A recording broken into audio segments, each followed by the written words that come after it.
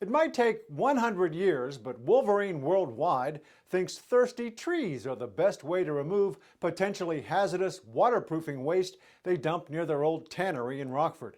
Acres of property and plumes of groundwater at their House Street disposal site are contaminated with PFAS chemicals. After considering a dozen options, the company is telling state regulators planting thousands of trees is the best way to remove the pollution.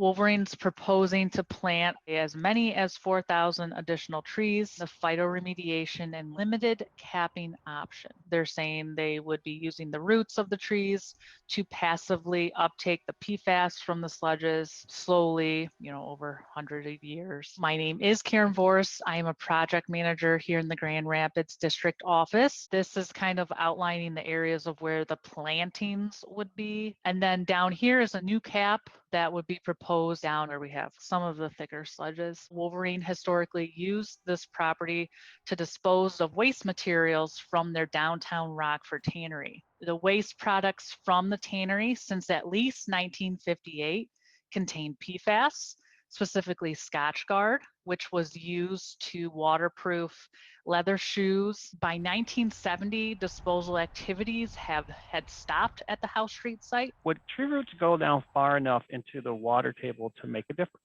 That is a concern. 20 feet is really deep for tree roots to get down to. Usually they're spreading outward. It does make mention that spruce, willow, birch have been shown in different greenhouse studies who suck up the PFAS, kind of a rendering of a way that it could look. Is there any record of them actually cutting down existing trees to see if they show any evidence that PFAS absorption over the past decades? That's a really good comment. You would assume that there would be some sort of PFAS absorption that would have occurred through the existing trees already. To my knowledge, I don't believe any studies have included any of that data. PFAS is linked to some cancers and other diseases. Before the Department of Environment, Great Lakes, and Energy scientists decide to accept, suggest changes, or reject Wolverine World Wide's tree planting plan, they're asking for input from the public.